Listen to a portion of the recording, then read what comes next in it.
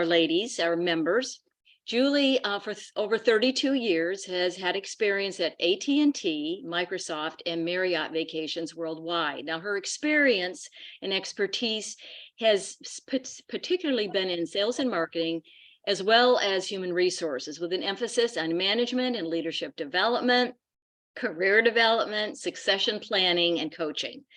And she has outstanding facilitation skills, and training. Has done a lot of training through her professional career with organizations across really all professions and generations, which I think is important, and geographic boundaries. Now, Julie has not retired, as I really haven't retired either, but Julie's much younger than me. But Julie is, of course, she's thinking about retirement, and she's asking those questions that perhaps many of you have either already asked or are asking now. How can I continue to make an impact? How can I be socially involved and engaged? How can I feel valued? So Julie is a certified professional retirement coach. Yes, there is such a thing. And she actually got her certification through the Retirement Coaches Association and opened her business in October of 2022. And it is called Retire Ready Hilton Head. So with that, my first question, Julie, is going to be, well, tell us a little bit more about your background before we get into the business. And we can be totally informal, Robin. I mean, you and I have had a lot of questions already, but my background has always been helping others, whether it was in the corporate world, helping salespeople be better salespeople, helping, employees be better employees, or managers be better managers. And at the end of I call it my corporate career at Microsoft, I was basically helping executives be better executives for their next, whether it was succession planning, part of the bigger picture at Microsoft of succession plan.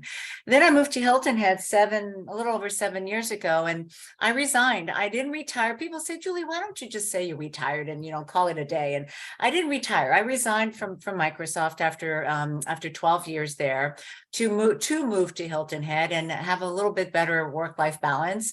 And I joined Marriott Vacations Worldwide, which here we know it as Marriott Vacation Club. Great organization, great company to work for here on Hilton Head. And then I continued helping people for their travels. So that's my passion. And I know you're going to ask me, how did I even figure out to move towards, retirement coaching? I'll tell you that when you ask me, but my passion is around helping people. And that's what I thrive for. I love to see people go from point A to point B, or point B to point C. Some people go from point A to point C right away, but it's important for me to see that evolution in no matter who I'm working with. And now it's more either soon to be retirees or people who have been retired. And I love to see that they can see that there is life after retirement. There's that next phase, that next chapter, whatever you want to call it, but there's a lot of great years ahead. So that's what I help them plan for. And as you're saying, great years, there's for many of us, many years, we hope. I'm in my early 70s. I hope to live into my 90s. I don't know if I'll make 100, but that's a lot of time after your official professional career has ended. So yes, I remember you sharing with me in Talk of the Town that you read an article that got everything going. And so tell us about that, and then how that spiraled into you becoming a certified coach. So I'm an avid golfer, and that's what brought us to Hilton Head in the first place quite some time ago. And I was this was in mid-June of 2022. So just, it was 7-8 months ago. I was reading an article in the Golf Digest magazine. It was called "A Retirement Coach is Like a Golf Caddy."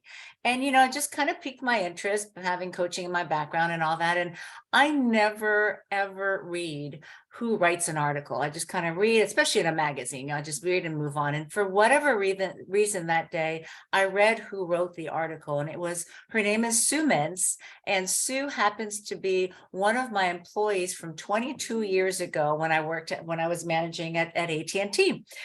So, and then it said Sue Min certified, professional retirement coach, lives in Dallas, and she's always lived in Dallas. So I reached out to her and I said, we'd always kind of connected on Facebook, but just kind of sporadically. But I reached out to her. I said, Sue, I said, I read your article. Tell me more. And she said, Julie, listen, she said, she's 71 now.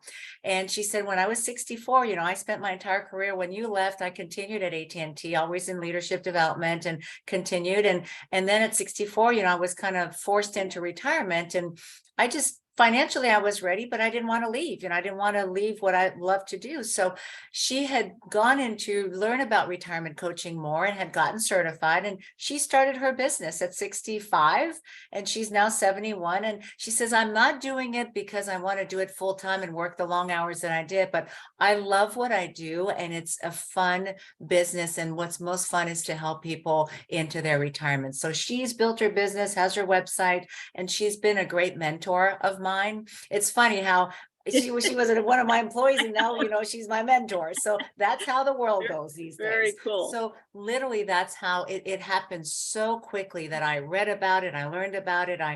If I'm going to do something big, I'm going to research it to the nth degree. I spoke to the president and CEO of the Retirement Coaches Association to find out more. I did, I'm like, is this for real? Do you really exist? Is there such a thing? And lo and behold, there is. And there are a lot of amazing, great people who become retirement coaches.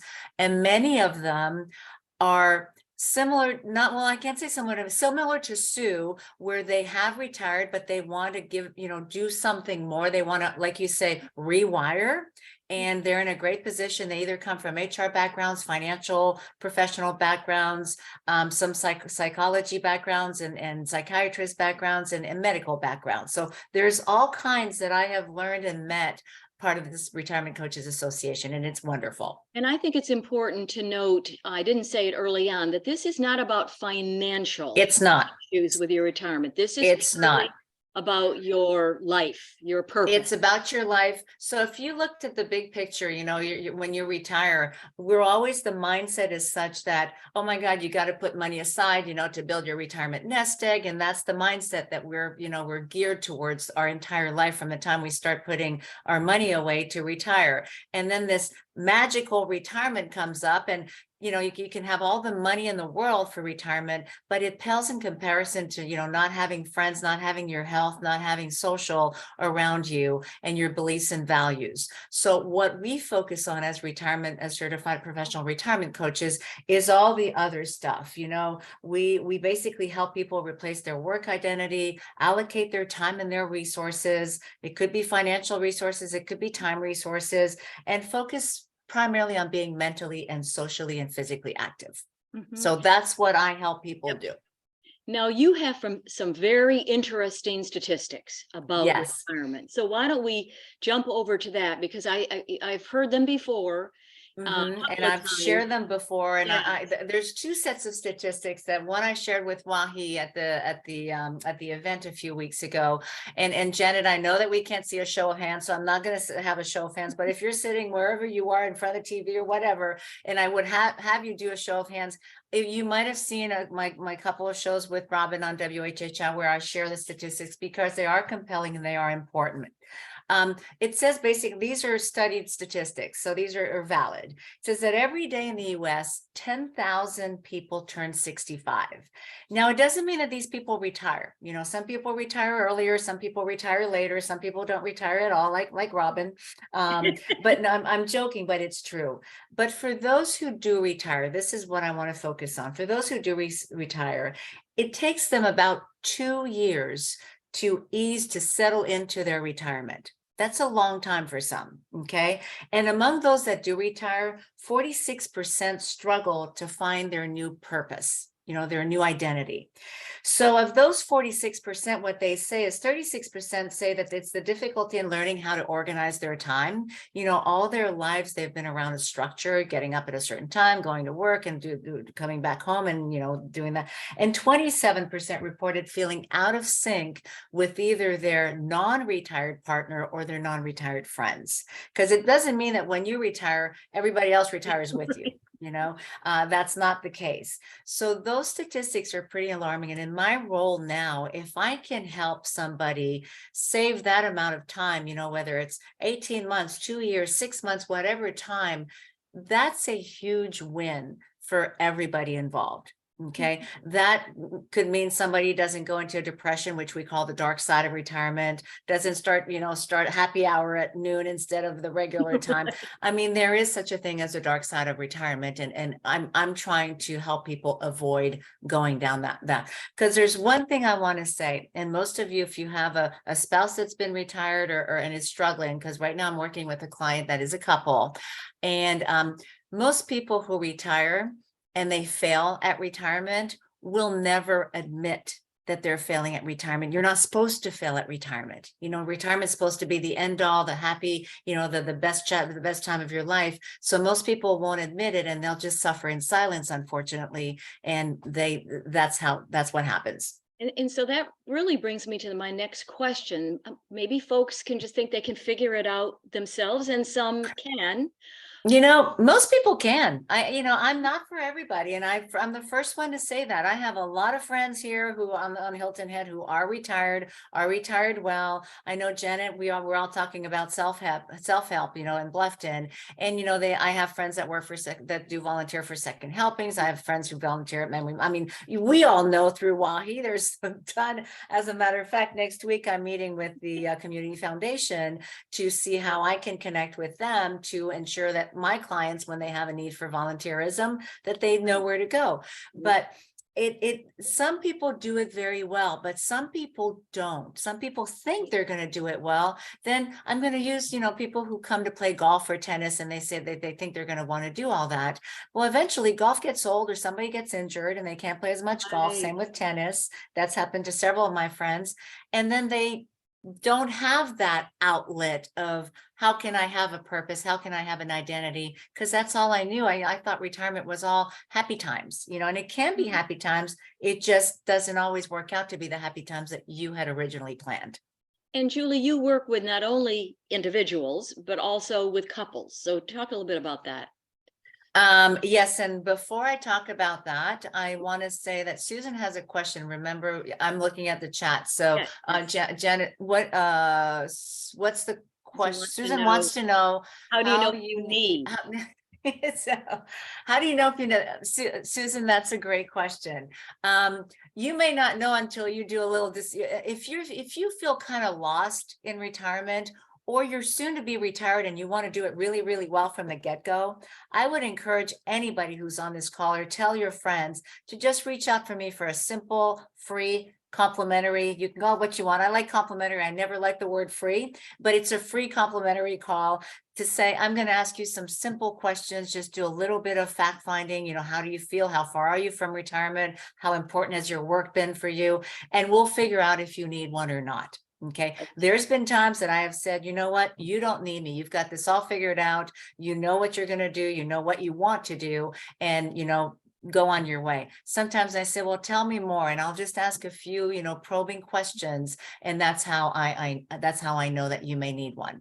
Okay, that's how you'll know. So take the step, and at the end of the webinar, we'll post on how you can best reach me. There's 3 different ways to reach me, or run into me at Harris Teeter. So that's the fourth way. But okay. Susan, I hope this answers your question. Good, and we want to remind folks that use that chat button as Janet suggested at the beginning of the webinar. So I'm asking questions, but when I run out of questions, we really want this to be a dialogue with you. We want it to be interactive. So thank you, Susan, for that question. And so keep them coming, or even a comment about your retirement. How are you dealing with retirement? Are you just having fun? Are you volunteering? Are you working part-time? Are you what? So I'm sure Julie wants to hear about, how your retirement is going, or if you're not retired, what are those challenges? What are those questions that you have? But back to, you work with individuals, but you also work with couples. So Julie and I have talked. I am continue to be very active. My husband plays golf like once a week, and he likes to watch TV and play with Shelby, our dog.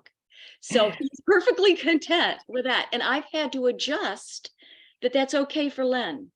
that's not okay for Robin, but we still, in the evening, we, come together and share and whatever. So when you and your partner are not on the same page, it's tough. Right. So I do work, just to be really, really clear, I do work with individuals, I work with couples, and I work with groups. Sometimes there's some groups, a few individuals that don't want to go at it alone, and they prefer having the I call it the sanctuary of having other people with them. So but with individuals and couples, it's the same thing. With couples, what I treat them separately almost, in the sense that a little later, I'll share with you some of the resources that I use. One of them is the Retirement Wellness Workbook. So we go through a series of activities. One is the No Regrets Retirement Plan, and they don't do their activities as a couple. They'll be in the same room if they wish to be, or they can be separate. A lot of times they'll do I call it their homework ahead of time, but we come back together to talk about, for example, one of them is a curious list. Okay, one of my activities is part of the workbook, and the curious list is not a bucket list. It's very different. It's what, when you were working, when you were really busy, when you said, oh, when I have more time when I retire, I want to do this or I want to do that. And the couple will complete it separately, and then they come together and they look at their curious list and they're like, they're not even on the same wavelength, much less the same page. The travel the other day with this particular couple, one of them did not want to ever travel again, because he had traveled consistently and a lot in his work life, and he's like, I'm done. Whereas his spouse wanted to travel the world still. So we talk about healthy compromises. What might that look like? And that comes in discussion. I'm the coach. I'm the mediator. I'm not the one who's going to tell you what to do or what not to do. I'm the guide. So I put thoughts out there. I ask the question, what do you think about this? What do you think about that? But at the end of the day, at the end of any session that I have, it's the individual and or the couple and or the group that figures it out on their own, and it's much more worthwhile for them. Right. Okay. Recently, I've worked with some clients that are retired, that have been retired for a while, and it's not going so well, for health issues primarily. And they need to, they reached out to me and said, we wanted to retire, come to Hilton Head. We've been here 10 years. We were playing golf. We were being social and all that. All of a sudden, something happened with one of the other couple, and the couple, their health. So they can't play golf. Well, he can't play golf anymore, but she now feels guilty about playing golf and leaving her husband behind. So we've talked about some different things. So we're looking at restructuring their retirement. They're still retired. They don't want to work. They don't want to unretire or rewire. They just want to restructure how they look at retirement to ensure that the next 10, 15 years of their lives are the best years still. Okay. Okay. So I have a question Mhm. from Linda, and you had mentioned earlier your resources, and you had mentioned the workbook, the Retire Ready workbook. So why don't we kind of jump into that? And I know you've got like a picture of like cover. So yeah, I'm going to share my screen, Robin. Okay. Okay. And I'm going to bring up the workbook, and that way you can, let me just 1 second here. Mhm. Let me go get the work, and I'll just kind of go through the workbook with, not page by page, but just to let you know what the workbook is all about. Okay, so Okay. give me just a Thank second you. here. Share, and here's the workbook, and then share. I'm assuming, Robin, you can see this, right? I'm only relying on you. It Okay. looks great. So when I work with the client, automatically, this is the workbook. This is the primary resource that I use when they want to do like a several sessions of coaching to get through their, what we call their retirement wellness plan. It's a 1-pager. So we go through a series of activities. I'm not going to go through all this in detail, but there's a no regrets retirement plan. What does a perfect retirement look like? Then what happens if something happens to you? What might it look like then? And then this is what I was talking about when there's a really cool little retirement perceptions quiz. So a lot of people have perceptions and misconceptions about retirement. So we basically have them, go through that to enlighten them on the big picture. And I always say, step outside the box. This is not your parents' retirement anymore. It's not that 3-prong approach of, you have your pension plan and you're putting out to pasture and you have a few years to live. This is the best time of your life. So this is the curious list where we go through in detail about this, and I even give you some examples. Then we go through the friend list. Friends, the social aspect of retirement is very important, and I have you write things down. And then we go through the retirement well-being. What are some of the healthy habits that you want to carry into retirement? What are some of the health opportunities you want to, and then what are some of the health concerns? It says here, everybody can pick their friends, but you can't pick your family. And a lot of people are, even though when they retire at 50 or 60, they're healthy, but they don't think about that in their family, there's certain hereditary things, health issues that they probably should be concerned about. One client that I had recently is hard of hearing, and it will impact, his relationship with his wife, because the wife talks to him and he can't hear. So that some of you might be rolling your eyes and say, yeah, that happens to me. I've simply suggested that he gets his hearing checked, and now he's wearing hearing aids. So I didn't tell him to go do it. I just suggested, hey, you might want to think about this because it could be hereditary. And then this culminates into the one-page retirement wellness plan. This is all in the book, where I even have them do their retirement. If you had a bumper sticker for retirement, what would it read? Okay. I mean, it's fun, but it's realistic and it's significant. And then we carry over a lot of the things from the activities into this one-page plan.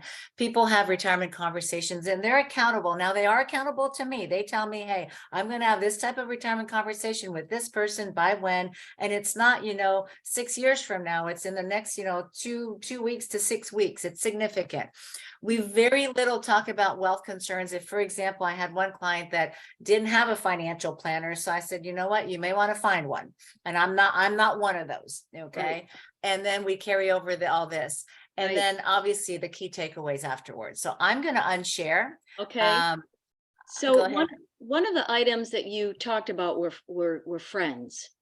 Yes. And we were talking yesterday, kind of doing a little run through with Janet, and Janet was talking about some research with AARP that talks about, it's kind of an inverted pyramid, that at the bottom of the pyramid is, good health, not smoking, not drinking too much, watching your weight, exercising, all that. But as you get for length of years of living, the very top, I think she said, Julie, it was social interaction, and not being isolated and having some sort of a purpose in life. Yes. Social interaction and having a purpose or an identity, one can interchange with the other. And I'm so glad Janet shared that yesterday, because it's so true. It can enhance your life and elongate your life, more longevity, more years of happiness, not of sadness, but of happiness. And it's one thing to have a bunch of friends, but it's another thing to have the right friends. So when we do the friends activity, I always say, what did your parents tell you when you were young to, hang out around people that make you happy, that bring out the best of you, that, do good things. And it's the same thing when I talk about, identify your friends on your list. And I even turn it around. I say, look, I said, if I had your friends in my sessions, would they put you on their friends list? So, you want to be that right friend, and you want to pick your friends really well to enhance your life. Okay? One of the things, my whole career, I worked. And so I had friends along the way, but I don't know if I was a really good friend because I was always working. Mm-hmm. Or I was teaching in the community college at night. And so one of the joys of having more flexibility and later in this time of your life is to develop those deep, really new friendships that are. And I think in WAHI, I've seen this already. I think there's some really, really deep friendships that develop over time. And I don't think it takes very long, because you're talking about like-minded women that come together for different purposes, and that, especially with the interest groups and all that. So I think that is a great way to identify friends that are the right friends. I just had to bring that up. Yeah. Right. Another tool that you actually shared last week on Talk of the Town is this assessment. This is, are you ready? So this is the retirement intelligence assessment. If I can just go back, Robin, real quickly. Okay. One other group that I work with, another audience that I work with, is sometimes I have some organizations that reach out to me, or some for example, in Margaritaville, I'm going to be doing. I offer a workshop for for residents, for groups, for organizations. Right. It's a 90-minute workshop that goes through the retirement wellness workbook. as well. It's a little bit more fast, fast paced, but a lot of people love that because it's very interactive. Okay, so that is something else that I offer. So let's switch the gear in terms of who would be the ideal client, in my opinion. Okay, the ideal client to work with me is not somebody who's wasted some time into retirement. I'll help them get out of their rut, but it's somebody who is smart enough to plan for retirement before they retire. And I'm always thinking even the 1 to 10 years away, 10 years away, that's something somebody very planful that says, hey, I want to do this right, and I want to start thinking about what that might look like. So recently, the Retirement Coaches Association put out, which I have access to and I'm certified in, what we call the Retirement Intelligence Assessment. It is an online assessment. If some of you are on the phone who are not retired and who are thinking about retiring and want to do it well, it basically is a tool that assesses, and assesses you in 3 areas of your life: your retirement knowledge, your work life, and your personal life. It's a simple tool. It takes 20 minutes to complete online. It provides you a 15 to 16 page report with detailed information about your ratings as well. It rates you on a score of 0 to 1,395 points in all 3 different categories combined. Okay, that is a great tool, and I'm offering it now, especially for the WAHI members. I'm offering it for you complimentary at no cost, and that would also come with the time that the 30 to 45 minute to review your results and interpret your scores, just to say, hey, these are areas. And if I may, I'm going to share something really quickly. It's this part of the 16-page report is a 1-page summary. Let me go get that real quickly. 1-page summary that basically shows, I thought I had it, maybe I don't, so let's not worry about it. But it's a 1-page summary at the beginning of the report that kind of is a encapsulation of everything. Kind of executive summary. Yeah. Well, in terms of where you rated in your Right. work life, where you rated in your retirement transition, and where you rated in your personal life. Okay, that's a good One question it asks, it's funny. One question it asks is, I don't know if you all know, but retirement itself ranks in the top 10 most stressful events that people go through in their lives. Okay, Wow. that's according to the Rahi stress scale. And so if we can unstress you from retiring and this assessment helps, then so be it. Let's have you complete it if you'd like to do that. So that's a nice segue to, we do have a question from our viewers, if you will. Let's say you are an introvert and you have worked your whole life, and then now you've moved to Hilton Head or some wonderful place like this, but you're kind of shy. And so how do you again, you would help them figure out Absolutely. where to find that purpose? Yes, as a matter of fact, about 3 months ago, I worked with a very introverted person. She was in West Virginia, and she told me up front. So we'll go through the same motions in terms of, that's the same. We just handle it differently. I ask different questions, but at the end of the day, we end up with the same 1-page retirement plan. It doesn't mean I'm not going to convert you into an extrovert. That's not my role, nor that's not my intention, because you're who you are. I'm not going to change you, but I'm going to open up some avenues for you to consider of things to do, of ways to get involved. If you want to get involved, you may not want to get involved, but I'll help you understand if it's good for you, if it's not good for you, and we'll have that through the dialogue. Okay. Yeah, very good. And so you also help connect, like you were saying that you're like, self-help, Bluffton self-help and all of that. You can help, knowing that you've been on the island 8 years and you've worked here and you've met a lot of folks. So you can help connect women with, let's say it is maybe a little part-time job, or let's say it is a volunteer opportunity. Yes. It's connected. So a lot of folks, I don't even know where to start. It's actually something that I can even openly well, a lot of people who are retired don't need the financials anymore. They're well-to-do and they don't need to work. Can you all hear me? Robin, can you hear me? Yes. Yeah, you froze Okay. up for just a second. Yeah. So a lot of people want to volunteer. so that's this volunteerism side of retirement. And I can connect you through the Low Country, through the Community Foundation. They have basically, they're the clearinghouse of all the nonprofit organizations in the Beaufort County community that, if you want to know more, that's where to go. So I'm connected with them. Yesterday, the Chamber of Commerce, the VP of Workforce and Public Policy at the Chamber reached out to me in my role, and he is wanting to start in conjunction with USCB and myself a for-profit. So there's a lot of retirees that want to come out of retirement or unretire for an income. Yeah. We know the stock market hasn't done well and all, but they want to. And we're looking at forming a task force, a committee to reach out to work to the companies, small, medium-sized businesses in the county, and identify what they're looking for and connect them with with retired people who want to, participate in that. So there's a lot of different ways, both from the nonprofit and the for-profit side. I'm excited about that.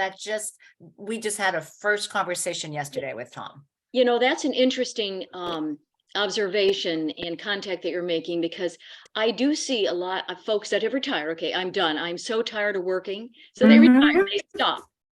And then it's like, oh my gosh, I'll maybe volunteer a little bit, but they really do want to continue, working or working in something. Well, I'm going to use an example. Some clothing stores, some ladies' clothing stores. We have some great ones here on this island. And a lot of ladies, still like to buy their clothes, and clothes is not inexpensive these days. So they want to work a few hours a week and they get the store discount. So that's, they get a little bit of side money and they get the store discount so they can, buy more clothes. That's just a simple example. Some people are handy. One of my clients not long ago wanted to go do some work at Hobby Lobby, just work part-time at Hobby Lobby because she loves to build and craft and all that. Cool. So I help connect them with, with just the thoughts. But now that we're going to have the workforce, the workforce, hopefully committee and that'll get going, that'll be yet another avenue that I didn't have before. Perfect. Okay. We do have it's easy to connect somebody to say work at Jay McLaughlin or. Yeah. We have another question. Help people figure out their passions. Right. And you're breaking up just a little bit, Julie. Is it about passions? It's about passion. How do you help people find their passion? I'm sorry. Yeah, you're breaking up a little bit. So I'm not sure who asked that question, but in the workbook on the curious list, passions come up. And literally I had one person wanted to garden, one person was passionate about flower arrangements and all that. Passions do in the conversation when we do the curious list. I see. Okay, very good. So we are now about 35 minutes in. Janet, you have been listening to us. And maybe we bring in Janet at this point, and Janet is such a great interviewer. Are there any questions? Janet, why don't you come on in and open up your video? And we still are taking questions from you all. Yes. Go ahead, Julie. And then can I just, because Janet's going to talk about, I think I know what I want. Janet, if I can preface it by saying more and more people that I'm working with want to leave their legacy. Okay, not legacy of wealth, but legacy of wisdom. And that is another area that if I may share it real quickly. Okay, it'll take one moment. And the legacy notebook, I think, is very important just to know about, because they want to leave, their, and I'm going to share right now. Here we go. They want to leave their wisdom, whether it's to their children, their grandchildren, or different organizations. So there is a legacy workbook that I work with clients on where it's wisdom transfer. And, just an example on the first, the first page is acknowledgement, a statement of indebtedness and thanksgiving to others for the time, or who do you want to leave this to? So it becomes literally a workbook that you have that you can leave behind to your family, to your friends, to to whoever you dedicate to leave it to. So I think that's important too, that people ask me about that, and I do have that tool. Some people work with me on an hourly basis just to complete their legacy workbook. Their So legacy. that's something else. Okay. And if there's a need to talk about costs, I know we had talked about that yesterday. I'm an open book. I'm happy to share that if that becomes a question. So Janet. So Janet, what questions do you have? I guess I have a comment, which is that I think so many people make the mistake of thinking, because there's a lot of times burned out and sick at work, making the mistake of thinking a great retirement is just going to happen. And what I liken it to is a trip that, you might have always wanted to go to Hawaii, and you might have idealized ideas of what Hawaii will be like. But still, if you don't plan what you do in Hawaii, you're not really going to optimize that experience. And some people are planners and some people aren't. But retirement really is a major phase of your life. When I taught at University of North Carolina and Ohio State and other places, when I taught personal financial planning to students, I would say to them, when we talked about personal financial planning, that my husband retired at 54 and his dad lived to be 94. Right. So that he had to make enough money between the ages of 23 and 54 to support himself for 40 years. And not only that, for that 40 years to be an enriched experience full of joy and laughter and learning and all of that. And so I think retirement is like another part of our life journey that we have to plan for, and it's just not automatically going to happen for us. And I think then people are surprised when they're not doing well in retirement, when in fact they really didn't have any plans. I have a colleague right now who knew for 9 months in advance that she was going to retire. And I kept saying to her, what are you going to be doing? What are you going to do? I'm so busy getting everything wrapped up before I leave. I'm so busy getting everything wrapped up before I leave. And now she's just left in the last month. And now she's really adrift because she really didn't have anything to go to. You need something to go to, not just. And it could be like, for me, it was kind of beginning to downsize. So I had full-time career for 45 years. And then when I from the day, every day, then I just started working part-time, and then I started doing some contract work. So, and that's kind of where I am now. So I have that flexibility. But one of my neighbors, who is a WAHI member, said that she was turning 70 this year, and she is so excited about turning 70 because she has earned it. And she said, I don't want to go back. I want to be able to enjoy my family and enjoy my new friends and enjoy volunteering and being part of WAHI. And she said, and all my life experiences bring me to the person I am today, that I can then, back to your legacy, Julie, that you were talking about. And, what is your legacy? How do you want people to remember you? Right. So I was excited for her when she So I said, think that's important.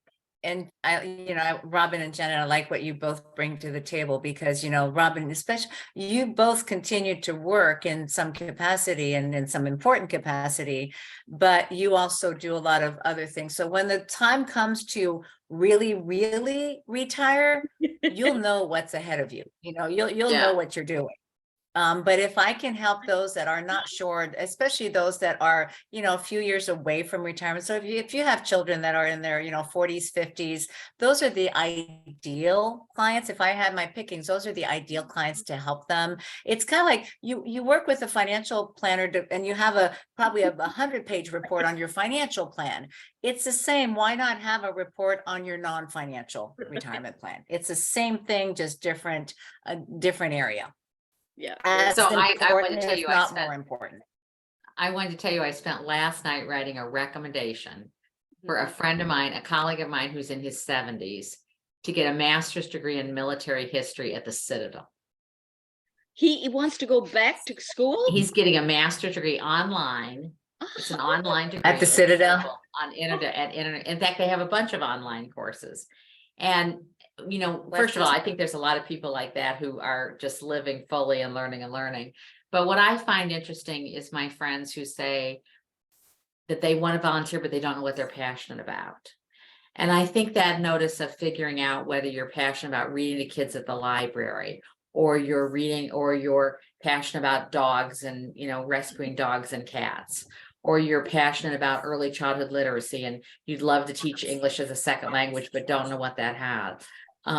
So, I think you talked before about that pyramid with AARP, and actually the data shows that social connectivity adds 7 years to your life. Wow. You add 6 years to your life if you have something you're passionate about, getting up in the morning. I remember years ago, there was a study of patients when they first started doing open heart surgery, like in the 70s. Right. And I'm a hospital administrator, so I remember this. And they had done a big study about what was the difference between people who did well after open heart surgery and those who didn't. And the number one characteristic of those who did well is those who had a pet, had a cat or a dog that they had to get home to, did better. That was It's the more purpose. whether they were diabetic or anything else. They had a passion. And so the advantage of social connectivity, if you find your passion, that you get social connectivity because you have to interact with others to pursue that passion. And so it's iterative. So, that notion of knowing what you're passionate about and then executing, and it might be playing bridge, it might be playing mahjong, but at least it's what gets you up in the morning, gets you going and gets you out of the house. Yeah, that could be a passion, passions are different for everybody. We had a question from Margot. I posted it up here. Can you share the details about the contact information group it's called the Community Foundation of the Low Country. If you go on the web, and they have a tab there, a resource tab for all of the nonprofits. So you can even quote unquote put a nonprofit that might be a favorite of yours, or look at all their needs, what the nonprofit have needs for. Some of them is, board of directors or, different things. So but it's the Community Foundation of the Low Country. Actually, they were the speaker. Yes, at our February event. At the February event, yeah. Yeah, and they So, work directly with our charitable fund for Wahi. So Mhm. as we kind of bring this to a close, Julie, I want you, before you put up your information, Yeah. I want to ask you, are you, so you were in the corporate world for all those years, and now, and you're a lot younger than I am. I'm And not that much, well, I'm younger, but not you're younger, but is younger. this, so are you finding this, this has become so rewarding and and you're now, meeting folks and growing your business. Did you ever want to have your own business like this? No. I never thought about it. Like I said, I was going back to Sue Mintz in that article and learning the space, the retirement space is amazing. The pre-retirement and the retirement space. There's a lot of content. There's a lot of amazing articles and great work that's being done. But my passion at the end of the day, what I want to be remembered for, sometimes we ask that, is really to help people realize their full potential in retirement. I've always helped people retire, realize their full potential. That was a term we used at Microsoft, at work and whatnot, be the best that they could be. But now I'm passionate about, and that's where I get my why get up in the morning is I've got, people to talk to, things to do, people to help, but that's my passion, is to help them realize their full potential in their retirement. That's what I want to be remembered for. All right, Julie, this has been great. Go ahead and put up the website information, your phone number. And again, Julie is a new member of Wahi, and we appreciate so much that she's now a Wahi woman and representing us well in the community, and appreciate the time that she shared with us today. I want to thank Janet. Janet, you can come back up on your video. Janet she of course helped us put the webinar together. There's Julie's information, and I'll share, Robin, if I may. You can contact me by phone. You'll notice it's an area code out of Seattle, from Seattle. It's just that's my primary number for everything. But I also, if you contact me via my website, if you want to go look at my website, there are some great resources there that I can provide you at no cost. But you can contact me through there and just let me know what you have interest in, or email me. It doesn't matter how you reach me, but on my website it's a contact, and it even says, there's a complimentary session, to just, and if you're not sure, don't take a chance, just reach out to me and we'll find out, if you need someone like me or if you don't. I always tell people as a joke when I start working with clients is what I am not is a counselor. I'm not a counselor, I'm not a shrink and whatnot. I am a coach. So if this couple, for example, I said, if I find that there's marital issues, I can't help you with that. I'm going to refer you. But they laugh. But what's also important is I share with people, this is hard work, putting things in writing, retirement for most people is in their head, other than their Yeah. finances. It's in their head. When I retire, I want to do this or I want to do that. This is getting out of your head and putting it on paper. So you have it with you. So that's what that's where the rubber meets the road, I call it, that you're going to do some lifting and some work in here because it's your plan and your happiness. And you're Okay. going to be doing some soul searching and Yes. helping. You definitely. can help us find our full potential and joy in And joy. retirement. And that's the purpose and joy, at the Yeah. end of the day, it's all about your purpose and your joy. And your joy. So, Thank you, Julie. We appreciate thank it so you. much. And Janet, our next member Thank you, spotlight Janet. would be on you with having the conversation, and that will be April the 16th. You want to just give a quick overview of that, and then we'll say goodbye. Thanks, Julie. Sure, am I still? I'm going to unshare. Okay. There we go. Thank you. Thank you. Thank you, Julie, and thank you, Robin. Let me just say thank you very much for joining us today. We have another session on planning. Just like you're not going to have a good retirement without a plan, you're not going to have a good end of life without a plan. And so the conversation on April 17th at 5:00 will be about everything you need to have in order to be ready for end of life and how you want to have the conversation with others about what's important to you. It's not what's the matter with you, it's what matters to you. And the purpose of that is to make sure that Julie talked about leaving a legacy. The important part of that conversation on the 17th is about everything you need to do to make sure that your wishes are honored at end of life, that you're in control, and that what happens according to your wishes. So we hope you'll join us then on April 17th at 5:00. You can't register yet because the registration's not open, but it'll open in another couple weeks. So thank you very much for joining us today.